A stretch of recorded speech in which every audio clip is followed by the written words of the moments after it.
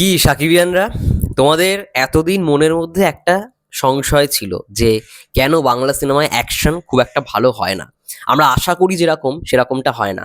But তাণ্ডবে সেই সংশয়টা পুরোপুরি, সেই অভাবটা কেটে যাবে বন্ধুরা। কারণ তাণ্ডবের মধ্যে তিনজন অ্যাকশন করছে, এবং যে কথাটা বলবো সেটা শুনলে তো এখন চমকে যাবে। তোমরা চাইছিলে না যে একটু hand to hand fight sequence হোক, মানে হাতাহাতি ভাই। ঠিক আছে, এই হ্যান্ড টু হ্যান্ড অলরেডি শ্রীলঙ্কায় হয়ে গেছে, এবং ইতিমধ্যে গতকালকে তোমরা জেনে গেছো যে শ্রীলঙ্কায় কি অ্যাকশন করেছে। এবং সব থেকে বড় খবর যেটা গতকালকে আমি বলতে মিস করে গেছি, পারভেজ শেখ যে তাণ্ডব ছবির শ্রীলঙ্কার পোর্শনে অ্যাকশন করেছে, সে অলরেডি ঋত্বিক রোশনের ওয়ার সিনেমায় অ্যাকশন করে এসছে। এবং শাহরুখ খান, মানে দি আলটিমেট মেগাস্টার, তার পরবর্তী ছবি কিংয়ে অলরেডি শুটিং স্টার্ট হয়েছে। কিংয়েও তিনি অ্যাকশন করছেন, ভাবতে পারছো?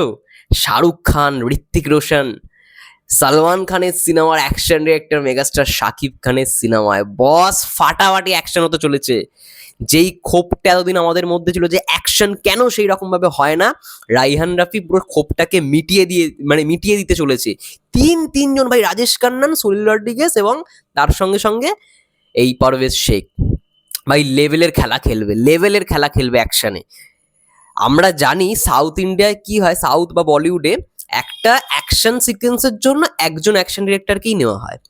যদি সিনেমার মধ্যে 5টা দৃশ্য থাকে অ্যাকশনের, মানে 5টা আলাদা আলাদা সিন, তো 5জন অ্যাকশন ডিরেক্টরকে নেওয়া হয়। যেমন পুষ্পা 2-তে 4 থেকে 5জন অ্যাকশন ডিরেক্টর কাজ করেছে, এক একটা সিনের জন্য এক একজন অ্যাকশন ডিরেক্টর। ওদের ওখানে এরকমই হয়, ঠিক আছে? আবার হলিউডের ক্ষেত্রে তো আলাদাই ব্যাপার, ওদের তো অ্যাকশন ডিরেক্টরও আলাদা, আবার ডিরেক্টরও আলাদা, এক একটা দৃশ্যের জন্য এক একজন ডিরেক্টর।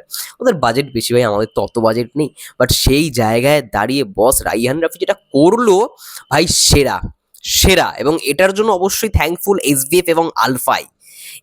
আলফাই চোরকি যদি আজকে এই জিনিসটা না করতো তাহলে হয়তো কিছুটা হলো ইয়ে হতো। তা অবশ্যই প্রডিউসাররা পারমিশন দিয়েছে, প্রডিউসাররা যদি আজকে এই পারমিশনটা না দিত তাহলে হয়তো এরকম হতো না। বাট টিজারে আমরা যেটুখানি হিন্টস পেয়েছি, অ্যাকশন তো ভাই নেক্সট লেভেলের হতে চলেছে, মানে হ্যান্ড টু হ্যান্ড থাকবেই। আর ঢাকার পোর্শনটা যেটা শ্যুট হয়েছিল, ঢাকা না সরি, এফডিসিতে শ্যুট হয়েছে, ওই ঢাকাতে আর কি। তোমরা সবাই জানো সুনীল রড্রিগেজ অ্যাকশন করেছে, এবং তার সঙ্গে সঙ্গে রাজশাহীর পোর্শনটা অ্যাকশন করেছে রাজেশ খান্নানজি। রাজেশ খান্নানের অ্যাকশন যে খুব আহামরি কিছু মানে হয় এমনটা নয়, সত্যি কথা বলতে। বাট সুনীল রড্রিগেজ ভালো অ্যাকশন করে, রোহিত শেট্টির বেশিরভাগ সিনেমায় সুনীল রড্রিগেজই কাজ করে, টাইগার 3তেও অ্যাকশন করে এসছে। এবং তার সঙ্গে সঙ্গে যুক্ত হলো পারভেজ শেখ, ভাই ওয়ারের অ্যাকশন করেছে। পরবর্তী সিনেমা শাহরুখ খানের কিং, সেখানে অ্যাকশন করতে চলেছে। আর কিছু ভাই লাগে? আর কোনো সিনেমার নাম লাগে বস? আর কিল সিনেমাটা তোমরা সবাই দেখেছো, KILL।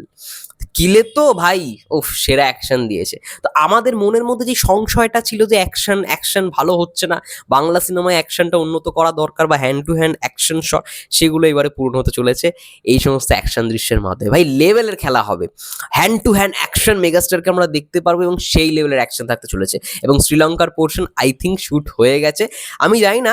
আমি সকালে আজকে দেখছিলাম যে ফারজানা সান, মানে যে আর কি কস্টিউম ডিজাইনার ফারজানা সান ম্যাম, তিনি স্টোরিতে দিয়েছে যে ঢাকা এসে চলে এসেছে। আমি জানি না পুরোপুরি র্যাপ হয়ে গেছে কিনা, আরও হয়তো একটা স্কেডিউল বাকি থাকতেও পারে, আমি পুরোপুরি বিষয়টা জানি না। কিন্তু গতকাল পর্যন্ত শুনেছিলাম এখনো র্যাপ হয়নি, আজকে হয়তো র্যাপ হওয়ার কথাই হয়তো তিনি স্টোরি দিয়েছেন, হয়তো র্যাপ হয়েও যেতে পারে, মানে হয়েছে। আমি দেখছিলাম তিনি স্টোরিটা দিয়েছেন যে মানে শ্রীলঙ্কায় ছিল, এখন ঢাকাতে চলে এসেছে।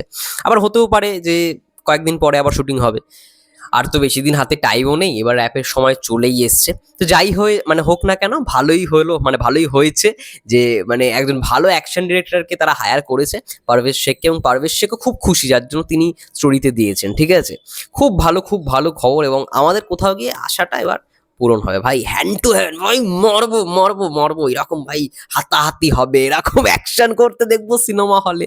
যাই হোক, আমাদের তো আর সেই দেখার সুযোগ হবে না, এখনো বরবাদই এলো না ইন্ডিয়াতে, আবার তাণ্ডব নিয়ে ভাবো এই সারা জীবন মনে ভিডিওই করে যেতে হবে, ভিডিওতেই বলে যেতে হবে, সিনেমারা ইন্ডিয়াতে আসবে না। যাই হোক, এটাই মন থেকে একটা মানে কি বলবো, আশা বা চাওয়া বলতে পারো। এই অভাব জানি না কবে মিটবে। এখন এই কমেন্টের আমি আমি জানি এটা যে বললাম, এটার প্রত্যুত্তরে কমেন্ট আসবে, ইন্ডিয়াতে দাদা পাইরেসি হয়ে যাবে, দাদা ইন্ডিয়াতে না দেওয়াই ভালো, দিনকার দিন পাইরেসি। খুব ভালো কথা, থ্যাংক ইউ সো মাচ জানানোর জন্য। আমি তো জানতাম না বাংলাদেশ থেকেও পাইরেসি হয়, তাও আবার এইচডি প্রিন্টে। এটাও নিশ্চয়ই তোমরা জানো। যাই হোক, সেটা অনেক পরে হয়, কিন্তু হয় তো, পাইরেসি সব দেশেই হয়, এটা প্রমাণিত। তো এটা বলাটা ভুল। যাই হোক, এটাই বলবো যে ভাই, লেভেলের খেলা হবে, লেভেলের খেলা হবে এবার। চলো, দেখা হচ্ছে নেক্সট ভিডিও। ততক্ষণের জন্য সবাই ভালো থেকো, সুস্থ থেকো, টেক কেয়ার।